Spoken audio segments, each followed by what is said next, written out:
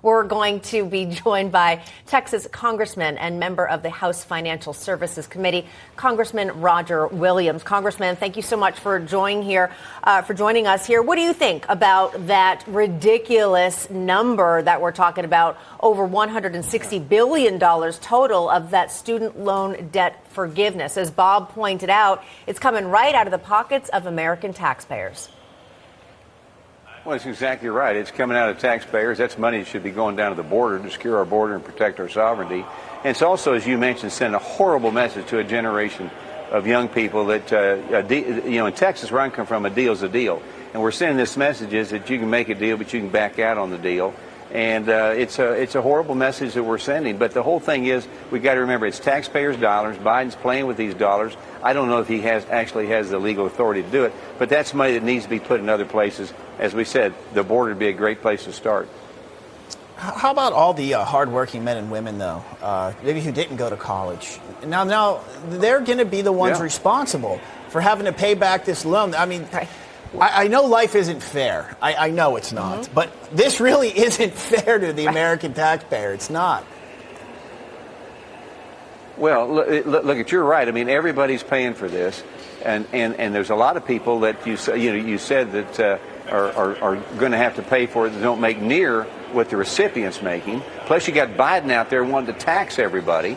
This is a horrible situation. But the bottom line to this, I'm a business guy. I've been in business 52 years. I own car dealerships. I still have hundreds of employees. The bottom line is you go borrow money, you pay it back. And that's what we do. We don't give people things. This is not a country of guarantees. It's one of opportunities. And we're sending a horrible message with what Biden's doing. But he must see polls that are really bad for his reelect because he's trying to go after these young people. I don't know if it's going to work, but it's the wrong thing to do.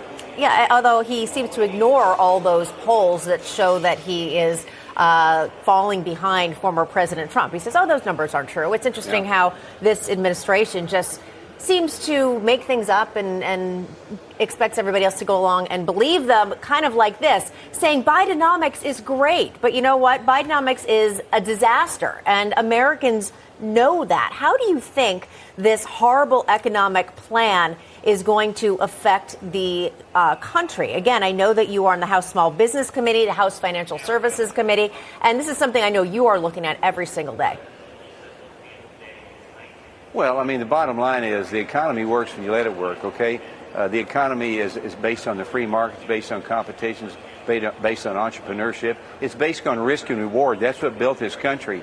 And what Biden's trying to do is take the economy over, turn it into a socialistic mentality, let everybody subservient to the government. They got nobody to help but the government. And that's the fight we are in, ladies and gentlemen, right now. The fight we are in is socialism versus capitalism. I'm a capitalist. I believe in profits. And when people make money, they don't spend money. They don't save money. They spend money. They grow. The businesses grow. They hire more people. They put more people to work. That's what the fight's all about today. That's what you're trying to explain to everybody, and that's what I'm out there talking about. Congressman, the Biden administration, and we have Democrats on the program, they always go back and they cite unemployment data, that there's a record amount of people at work right now. But here it is in a nutshell. Congressman, we had a reporter out covering the Trump rally out in the Bronx. He interviewed a gentleman who says, I can't afford anything. I went to buy Windex to clean the windshield on my car or something, and it's jumped up $4 since. People might be working, but they can't save any money. And that's the whole point of working, is being able to save money, no? Well, no, that's exactly right. And the problem is we got inflation that's running crazy, right? We're borrowing money, we're printing money and borrowing it as soon as it comes out of the chute. And we're creating this inflationary situation in our economy. It's not going to go down. Things are very expensive. I mean, I'm in the automobile business. I'm selling $100,000 trucks. Just 3 or 4 years ago, were $50,000 trucks. And people still have the want, but they can't the afford. And that's again, Bidenomics. When you have high inflation, you have high taxes, you have unemployment. You have unemployment that is real and not phony employment. And you've got a situation where you can't carry inventories. You have no supply chain. He's created all this, and that's why people have a job, but they can't afford anything. And that's just it. They got a job, can't afford anything. No disposable income anymore. It's gone. It crushes the American dream. It does. Congressman Roger Williams, thanks for coming on. Appreciate it. Thank you for having us. God bless you. God bless.